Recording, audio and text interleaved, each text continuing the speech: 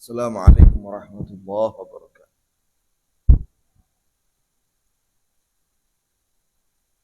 Alhamdulillahi rabbil alamin.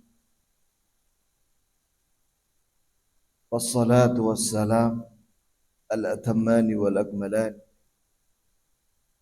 ala al-mab'uth rahmatan lil alamin.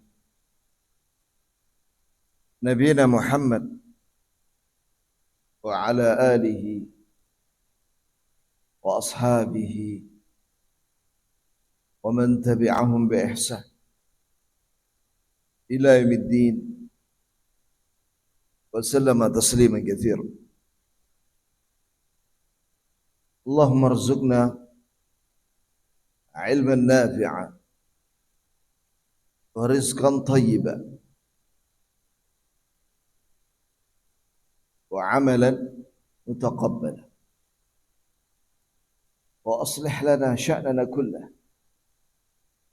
wa la takilna ila anfusina tarfata 'ain. Jamaah sekalian, barakallahu lana wa lakum fi 'ain. Tema yang ingin saya sampaikan pada kesempatan yang singkat ini yaitu pesan Nabi sallallahu alaihi wasallam kepada Ibnu Umar radhiyallahu anhuma dan faedah-faedah dari pesan Nabi sallallahu alaihi wasallam. Yaitu dalam hadis sahih Bukhari dari Ibnu Umar, semoga Allah meridai dia dan ayahnya, berkata Abdullah, akhadha Rasulullah sallallahu alaihi wasallam bimankibayya, dalam sebuah riwayat bimankibi, bahwa Rasulullah sallallahu alaihi wasallam pernah memegang kedua bahuku. Jadi begini ya, kedua bahu, atau mengkibi berarti satu bahu, satu aja. Dia ada dua riwayat. Faqala, maka Nabi sallallahu alaihi wasallam bersabda, "Kun, jadilah kau di dunia ini ka'annaka gharib, seolah engkau ini orang asing, atau abiru sabilin, atau engkau ini seorang yang sedang melakukan perjalanan." Wa kana Ibnu Umar radhiyallahu anhu yaqul, kemudian setelah itu Ibnu Umar, semoga Allah meridai dia dan ayahnya, berkata, "Idza amsayta fala tantadhiri as-sabah." Apabila engkau ada di sore hari, jangan menunggu atau menunda amalmu di pagi hari. Wa idza amsbahta, apabila kau berada di pagi hari, jangan kau tunda amalmu sampai sore. Barangkali kamu akan mati sebelum itu. Wa khudh min sihhatika li maradik, ya ini adalah kau beramal ketika kamu sehat, sebelum datang sakitmu. Wa min hayatik li mautik, dan beramallah ketika kau masih hidup sebelum kau mati atau mati mendatangi. Jamaah sekalian, barakallahu lana wa lakum. Faedah daripada hadis ini, satu, ahamiyatu an-nasihat, wa anna an-nasiha 'ammah wa laysat khassah li Ibnu Umar radhiyallahu anhum. Pentingnya nasihat dalam Islam, dan bahwa nasihat itu umum untuk seluruh kaum muslimin dan muslimat, tidak dikhususkan kepada Ibnu Umar. Sebagaimana sabda Nabi SAW, ad-dinu an-nasihah. Bahwa agama ini adalah nasihat. Di antara di situ disebutkan ketika Nabi ditanya, "Liman ya Rasulullah?" Untuk siapa nasihat itu ya Rasulullah? Di antaranya buat siapa? Li'ammatil muslim wa 'ammatil muslim. Untuk umumnya kaum muslim. Yang kedua, bahwa Nabi kita Muhammad SAW khairul mu'allim atau khairul mu'allimin fid dunya. Sebaik-baik guru di dunia. Bagaimana? Diambil dari kalimat apa? Diambil dari kalimat akhadha Rasulullah SAW bimankibayhi. Bahwa Nabi SAW memegang kedua bahu. Atau bimankibi, satu bahu. Apa manfaatnya? Manfaatnya adalah bahwa Nabi SAW melakukan apa namanya? Jadi sebagai seorang guru, beliau SAW ingin supaya yang diberi nasihat ini fokus. Bagaimana caranya supaya dia fokus? Gak ngelamun, gak ngantuk, gak tidur, dipegang bahu. Iya. Kalau orang kalau dipegang bahunya kan fokus ya. Apa ini mau disampaikan? Begitu pula Nabi kita Muhammad SAW kadang-kadang sebelum menyampaikan nasihat, maka beliau itu memanggil sampai 3 kali. Bagaimana yang Nabi lakukan SAW kepada Mu'adz bin Jabal. Ya Mu'adz. Maka Mu'adz menyatakan, labbaika wa sa'daika ya Rasul. Aku sambut panggilanmu dengan senang hati ya Rasul. Ya Mu'adz. Dipanggil lagi, wahai Mu'adz. Labbaika wa sa'daika ya Rasulullah, kata Mu'adz. Aku sambut panggilanmu dengan senang hati ya Rasulullah. Sampai 3 kan? Ya Mu'adz. Nah, ini ya kawan. Kadang Nabi kita Muhammad SAW juga melakukan soal jawab. Atadri ma haqqullah 'alal ibad wa ma haqqul ibadi 'ala Allah? Tahukah kamu apa haknya Allah yang wajib dilaksanakan oleh manusia? Ini hambanya, dan apa haknya hamba apabila manusia melaksanakan hak Allah? Ya, kalau orang ditanya kan fokus dia. Jelas ya jemaah? Begitu pula hendaklah kita kalau pengajian. Kalau saya perhatikan ada beberapa masjid. Ya, ada 2 masjid yang saya ngisi. Kalau kajian itu dihidangkan teh. Di semua jamaah itu dikasih teh. Itu bagus itu. Supaya tidak ngantuk.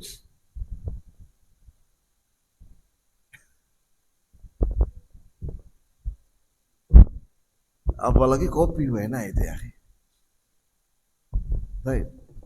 Yang ketiga.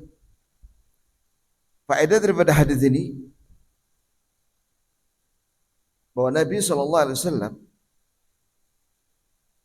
ketika menyampaikan pesan atau nasihat itu menggunakan tashbih. Tashbih itu artinya perumpamaan. Yang mana perumpamaan ini memiliki persamaan antara yang diumpamakan dengan perumpamaan itu. Di sini Nabi kita Muhammad SAW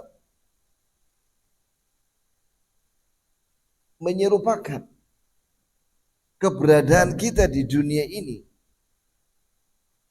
dengan dua orang. Yang pertama, gharib. Gharib itu orang asing atau tamu. Ya. Yang kedua, Nabi menyamakan dengan apa? Kita ini di dunia ini seperti apa? Abirus sabil, itu orang yang sudah melakukan perjalanan. Mari kita cek apa wujuhu asyabah. Ini istilah dalam ilmu balaghah ya. Kalau seorang menyerupakan dengan sesuatu, maka itu ada persamaan. Persamaannya itu namanya wajhus syabah. Sisi persamaan. Yang pertama,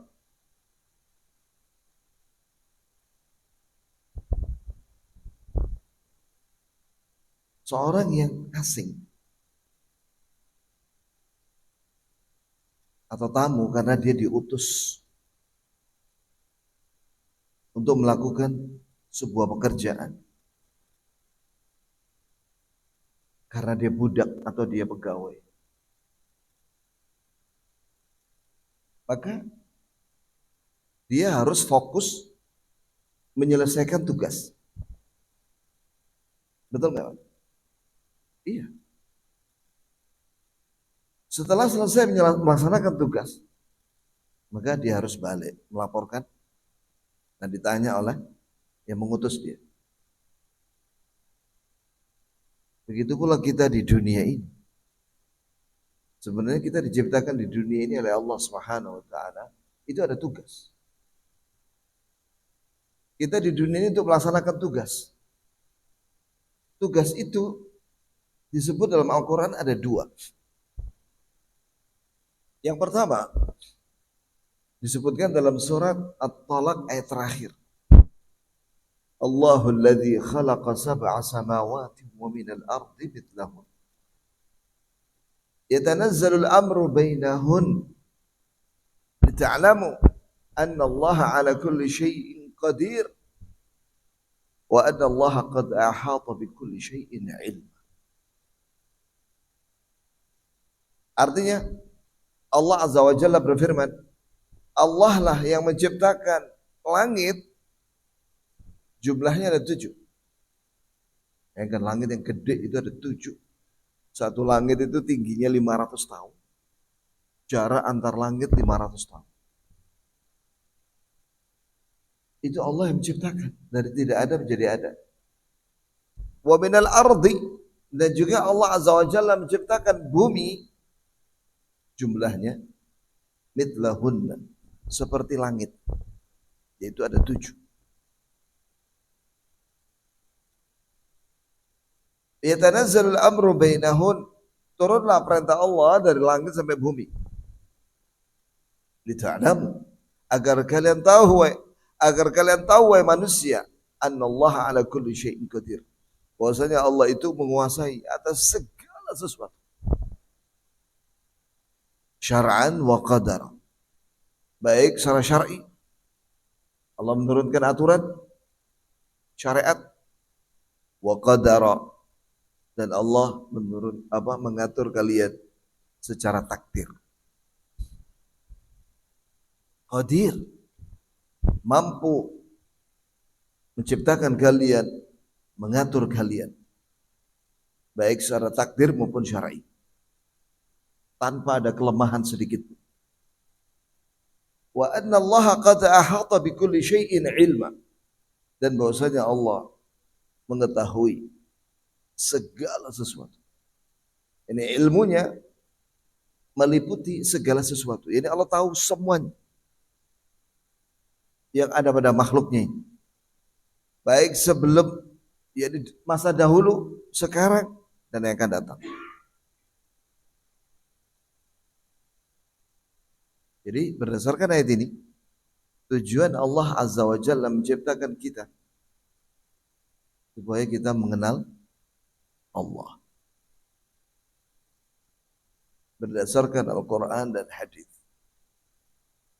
2, tujuan Allah Azza wa Jalla menciptakan kita di dunia ini untuk sementara waktu kita di dunia ini, sebagaimana orang asing itu yang ditugasi, adalah Allah memberitakan bahwa kita diciptakan di dunia ini untuk beribadah kepada Allah, melaksanakan perintahnya dan menjauhi larangannya, dan meyakini semua yang diberitakannya. Sebagaimana Allah Azza wa Jalla berfirman dalam surah Al-Bayyinah, "Wa ma umiru illa liya'budullah mukhlishina lahud-din hunafa wa yuqimus shalah wa yu'tu az-zakah." Tidaklah manusia diperintah kecuali agar manusia beribadah kepada Allah dengan memurnikan niat, mengikhlaskan niat, keinginan untuk mengharapkan ridha Allah dalam setiap amalan. Itulah makna mukhlishina lahuddin. Hunafa, hunafa itu lurus dari tauhid, menjauh dari syirik. Jadi senantiasa dia menyerahkan seluruh amalnya dan ibadahnya untuk Allah. Karena konteksnya berkaitan dengan kalimat sebelumnya, yaitu illa liya'budullah.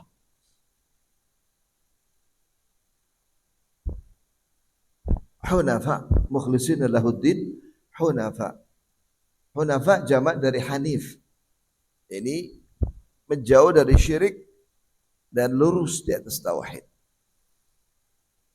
Wa yuqimus shalah wa yu'tuz zakah, dan mereka menegakkan salat dan bayar zakat. Salat ini mewakili semua ibadah yang menjadi hak Allah. Zakat mewakili amalan yang mewakili ibadah yang manfaatnya dirasakan oleh makhluk, yang menjadi haknya manusia, yaitu apa? Zakat. Haknya fakir miskin. Maka ibadah itu secara umum ada dua. Ada yang berkaitan murni haknya Allah, seperti salat, puasa Ramadan, dan zikir, doa, dan yang lainnya. Ada ibadah yang manfaatnya dirasakan oleh manusia, seperti zakat, berakhlak yang baik, infak, sedekah, dan lain sebagainya. Ini tugas manusia di dunia. Dan juga Allah Azza wa Jalla menyatakan, "Wa ma khalaqatul jinna wal ins illa liya'budun." Tidaklah aku menciptakan jin dan manusia kecuali agar jin dan manusia beribadah kepada. Di situ ada kalimat ma, illa, yufidu, kata ulama ahli bahasa Arab, ahli tafsir juga, yaitu yufidul hasr. Terkandung di dalam ma dan illa pembatasan. Pembatasan itu maksudnya bahwa tugas utama atau tujuan utama manusia dan jin diciptakan di dunia ini agar mereka fokus beribadah kepada Allah. Ibadah dilakukan oleh hati, ikhlas, cinta, takut, harap, bergantung kepada Allah, bertawakal kepada Allah. Beribadah dengan lisan, bacaan salat, 2 kalimat syahadat, zikir, doa, istighfar. Beribadah dengan anggota badan seperti zakat dengan tangan, puasa Ramadan dengan anggota badan, haji, di situ ada tawaf, sa'i, wukuf, dan lain sebagainya.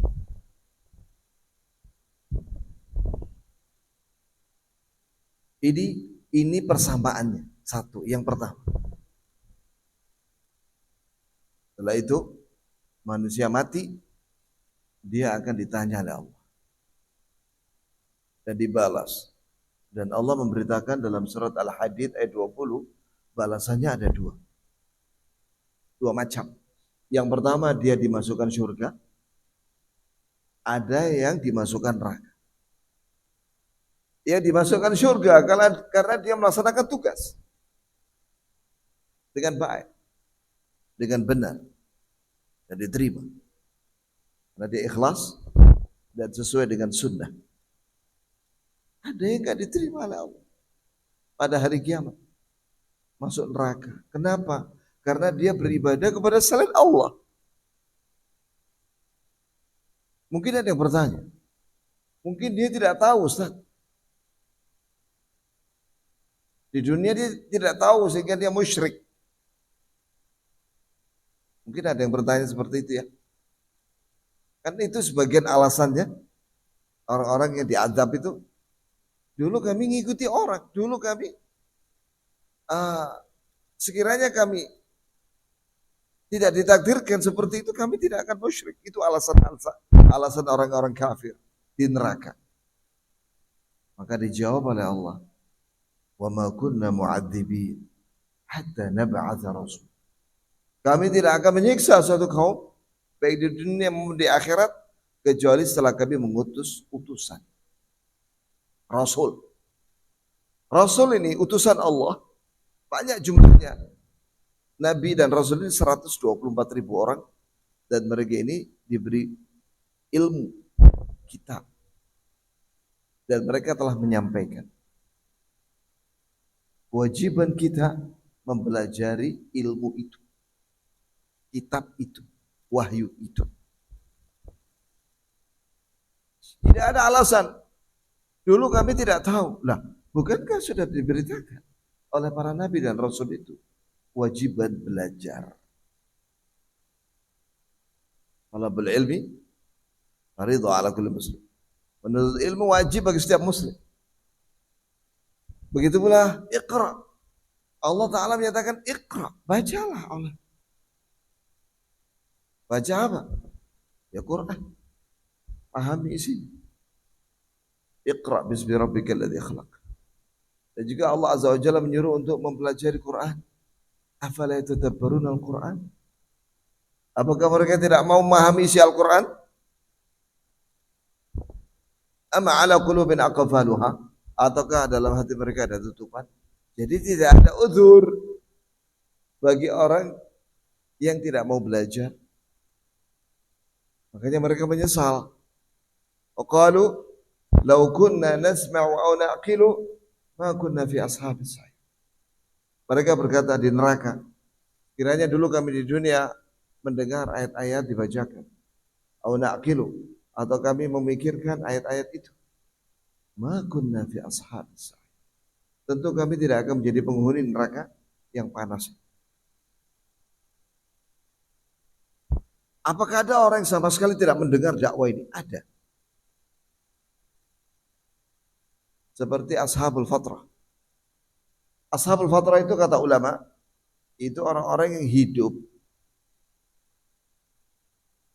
di zaman dia sama sekali tidak mendengar adanya seorang nabi.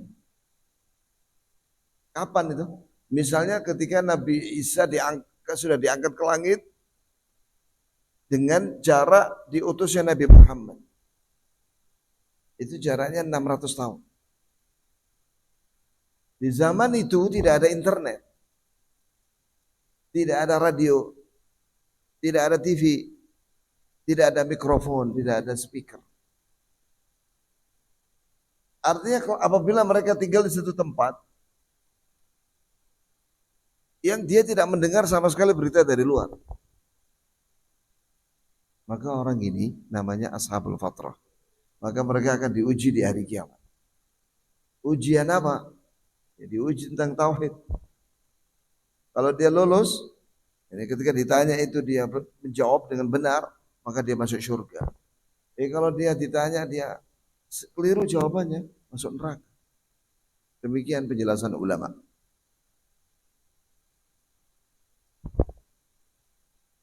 Kemudian jamaah sekalian, faedah yang berikutnya.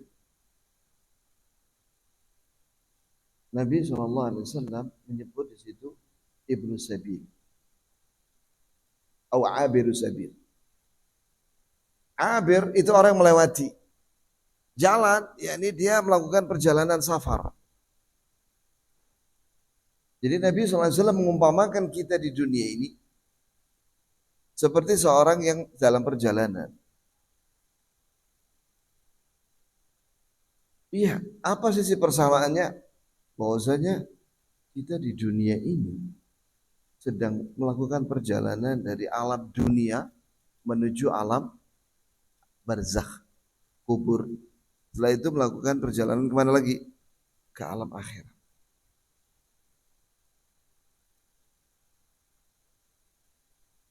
Maka seorang itu betul-betul dia akan istirahat.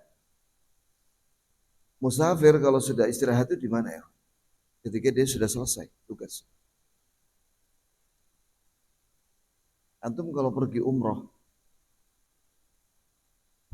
misalnya umroh plus Turki, antum jangan mengira itu turuwe pekerjaannya. Enggak, itu banyak, ada schedule-nya. Kunjungan-kunjungan itu. Ya kan? Baru istirahatnya di mana? Ketika sudah sampai ke Indonesia, capek ada istirahat. Selama perjalanan kita harus mengikuti jadwal perjalanan. Nah, begitu pula kita di dunia, kita ada jadwal yang harus kita kerjakan di dunia ini. Kapan kita istirahat? Pernah Imam Ahmad ditanya, ya Imam, sampai kapan kita ini belajar ilmu? Karena beliau itu walaupun di penjara, itu belajar ilmu, menulis hadis, menghafal Quran. Kata beliau, bil qalami hadza mina bil mahbar ilal maqbar. Dengan pena dan tinta ini sampai mati belajar. Jadi kita ada tugas belajar ilmu, beriman dan beramal sampai mati. Terus kapan kita istirahat? Nanti kalau kita sudah meletakkan kaki kita di surga, di pintu surga, baru itu istirahat. Ya.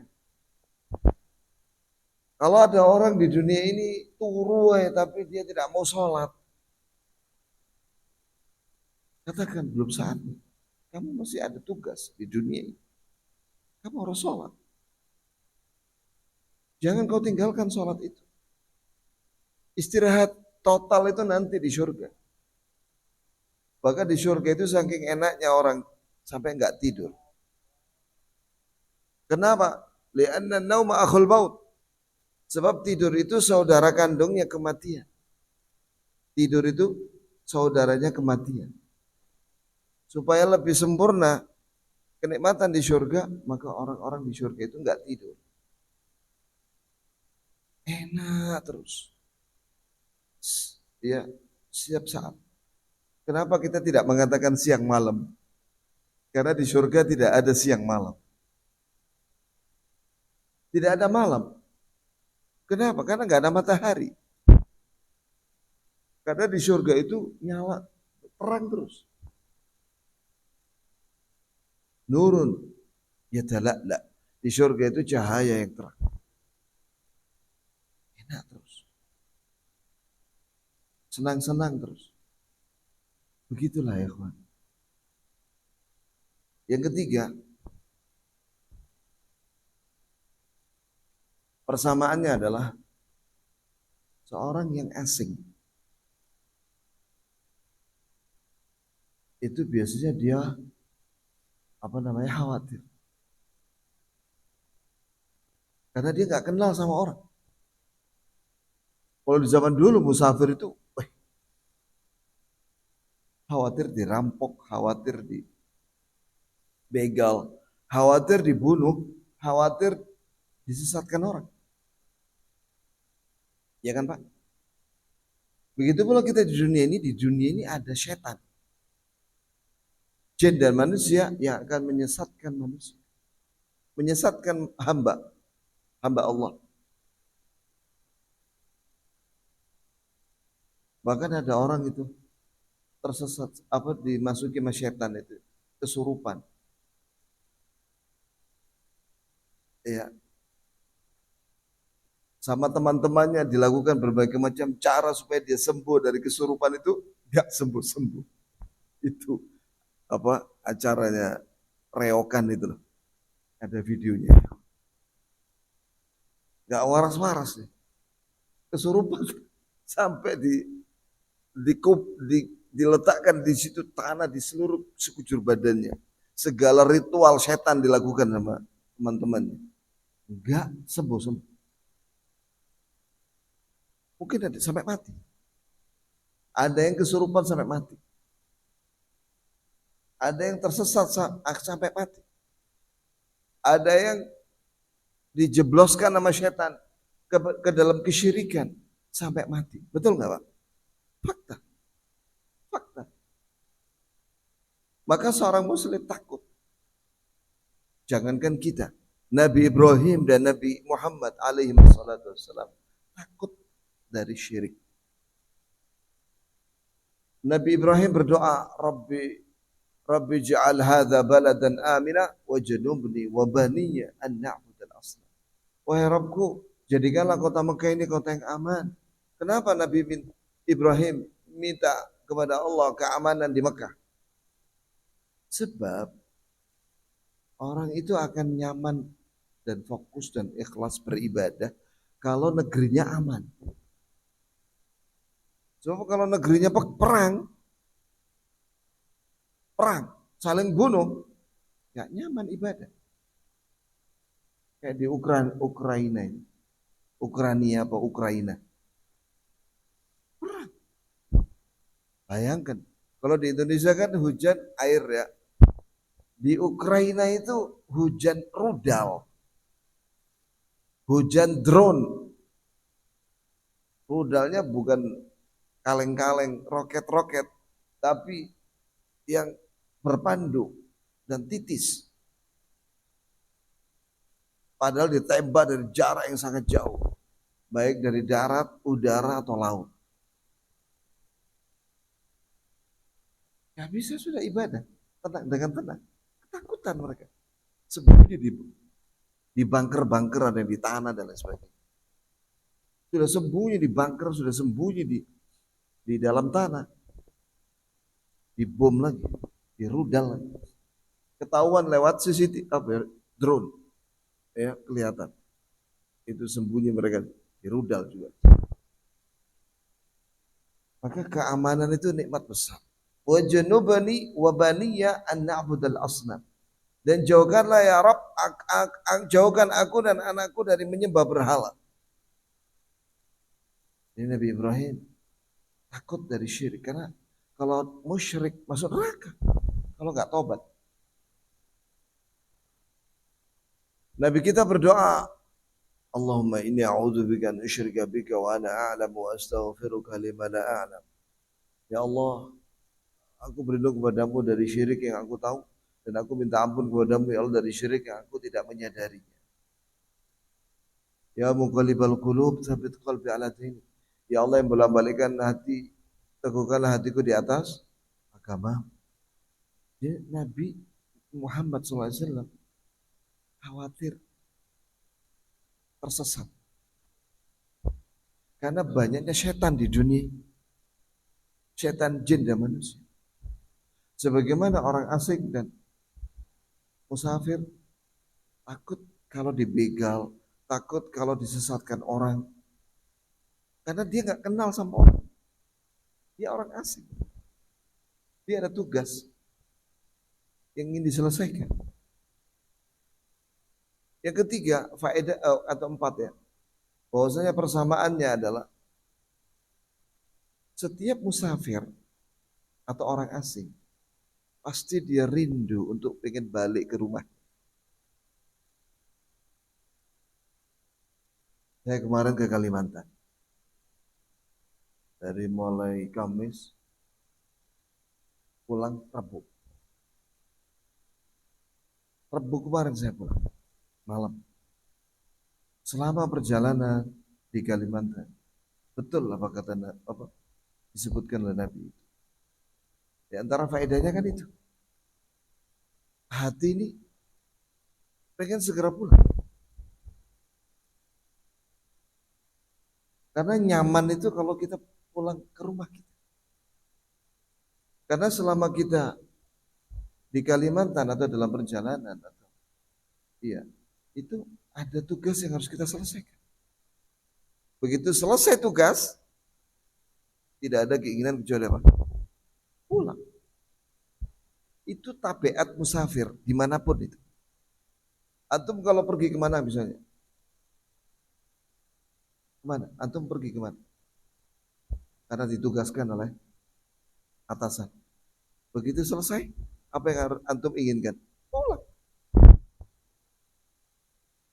Ya kan? Begitu pula kita,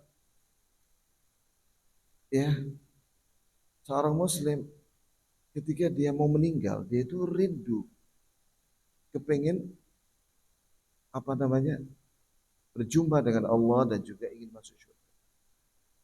Karena apa? Karena orang muslim ketika mau mati itu kan tidak diberi kabar gembira oleh malaikat maut. Ayyatuhan nafsut thayyibah ukhruji ila maghfiratin minallahi wa ridwan. Wahai nyawa yang baik, keluarlah kamu menuju ridha dan ampunan dari Allah. Senang dia. Senang dia. Karena diberi kabar gembira. Makanya Nabi SAW ketika mau meninggal itu mengatakan apa? Bal ar-rafiqil a'la. Bahkan saya ingin teman yang maha tinggi. Kata sahabat, Nabi itu disuruh milih oleh Allah. Kamu mau umur panjang di dunia, tugas sudah selesai. Kamu sudah menyampaikan semuanya. Kau ingin umur panjang dan kaya, jadi raja di dunia ini beberapa tahun lagi, atau kamu mati bertemu denganku, aku muliakan kamu. Nabi pilih bertemu dengan Allah. Jadi Nabi itu mukhayyar waktu itu, disuruh milih mau diberi panjang lagi umur atau pulang bertemu dengan Allah. Maka Nabi mengatakan bal ar-rafiqil a'la.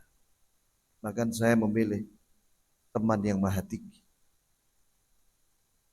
Karena di alam kubur sudah selesai tugas. Dan diberitakan oleh Rasulullah bahwa seorang muslim ketika di alam kubur itu setiap hari melihat surga lewat pintu. Di situ ada pintu dibukain, ada surga. Setiap hari. Kata Syekh Ibnu Utsaimin ketika mengomentari hadis bahwa nyawanya orang mukmin ketika dia sudah mati itu di surga. Berupa burung hijau yang terbang di surga, makan dan minum di surga. Sehingga dia badannya yang ada di alam kubur ikut menikmati. Karena kalau di alam kubur itu nyawanya dulu yang makan. Badannya mengikuti. Maksudnya menikmati, merasakan lezatnya makanan surga. Kalau di dunia yang pertama kali merasakan enaknya pecel apa ya kawan? Badan kita, nyawa mengikuti. Itu di dunia. Tapi kalau di alam barzakh, orang mukmin itu diizinkan masuk surga, nyawanya saja.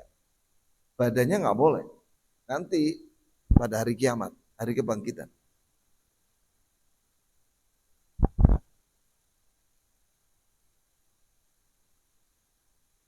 Maka di sini terkandung faedah penting. Berikutnya, persamaannya adalah bahwa seorang musafir supaya dia tidak kelaparan dan pulang dengan selamat, dia perlu bekal dan tidak banyak beban. Iya kan Pak? Kalau zaman sekarang ini bekal musafir apa? 1, paspor. 2, visa. Kalau keluar negeri. 3, fulus. Fulus dalam bentuk ATM. Kalau zaman sekarang orang bisa beli-beli dengan M-Banking. Atau kalau di luar negeri itu di Singapura pakai kredit card. Kartu kredit. Atau pakai kartu ATM. Kalau ingin ngambil uang di luar negeri, pakai kartu ATM yang ada tulisannya apa itu? yaitu ya, yang ada tulisannya apa itu di situ di kartu ATM-nya itu,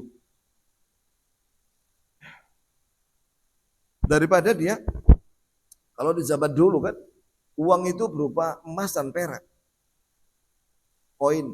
Bayangkan kalau bawa, makanya orang zaman dulu kalau bawa uang emas itu pakai kis. Kis itu kain, kain kresek bentuknya terbuat dari kain yang ada ikatan, kemudian dimasukin di saku. Itu zaman dulu. Kalau zaman sekarang ATM, itu bekalnya. Apalagi bekalnya? Ya makan secukupnya, minum secukupnya, pakaian yang cukup. Nah, begitu pula kita di dunia ini, kita ini perlu bekal. Jangan banyak beban. Oh ya, bebannya apa kalau musafir? Bebannya ya dia melakukan pelanggaran selama perjalanan. Seorang kalau melakukan pelanggaran, apa misalnya dia bawa narkoba ke Saudi, dia bawa narkoba. Apa yang terjadi? Dihukum mati. Pengedar narkoba di Saudi dihukum mati. Begitu pula pengedar narkoba ke Amerika atau kemana saja, kalau ketangkap, ketahuan, masuk penjara. Begitu pula kita mukmin ini, kalau ingin selamat dalam perjalanan sampai pulang, jangan banyak beban dosa. Jangan banyak beban dosa. Selesaikan dosa-dosa ini.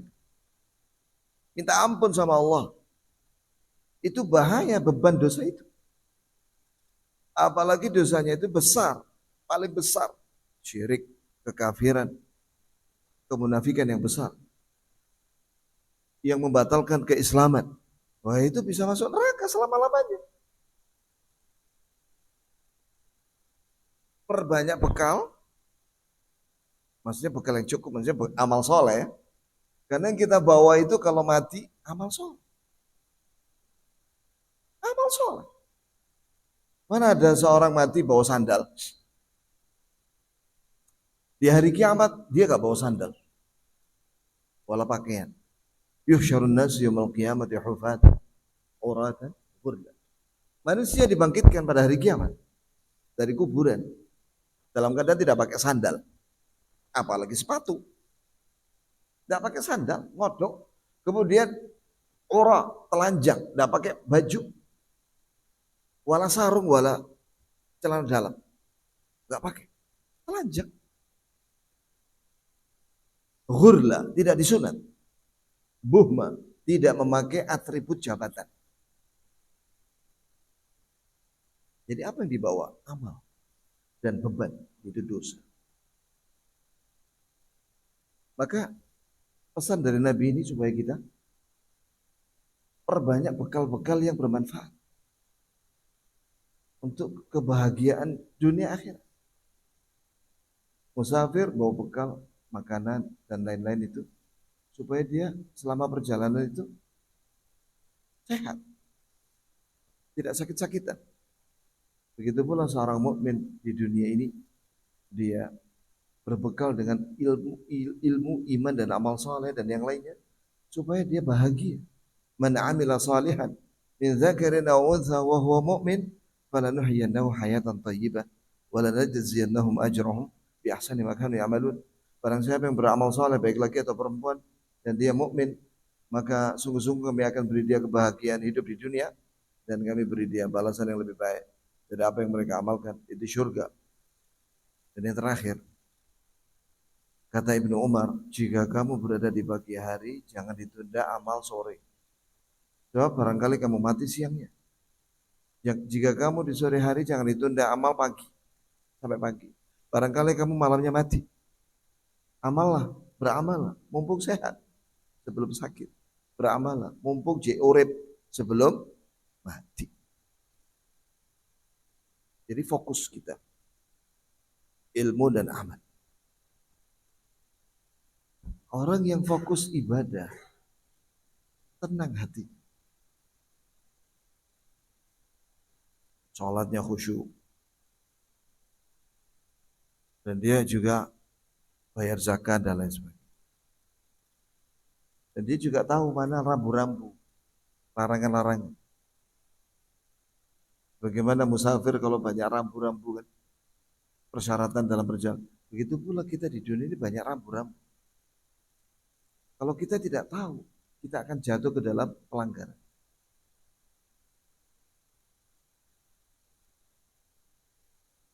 Mungkin antum pernah melihat, kenapa ada orang sudah rambutnya udah putih semuanya, kemudian udah berkeriput dan lain-lain.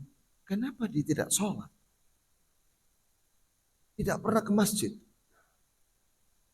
Antum pernah lihat ya? Ada orang kalau diundang acara-acara yang lainnya dia datang. Tapi panggilan Allah hayya 'alas shalah dia nggak datang. Tapi kalau acara maksiat dia datang. Kenapa? Karena dia nggak mau belajar.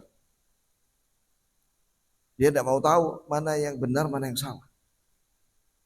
Maka di sini pentingnya ilmu ya. Pentingnya kita menghadiri pengajian ilmu Quran dan Sunnah.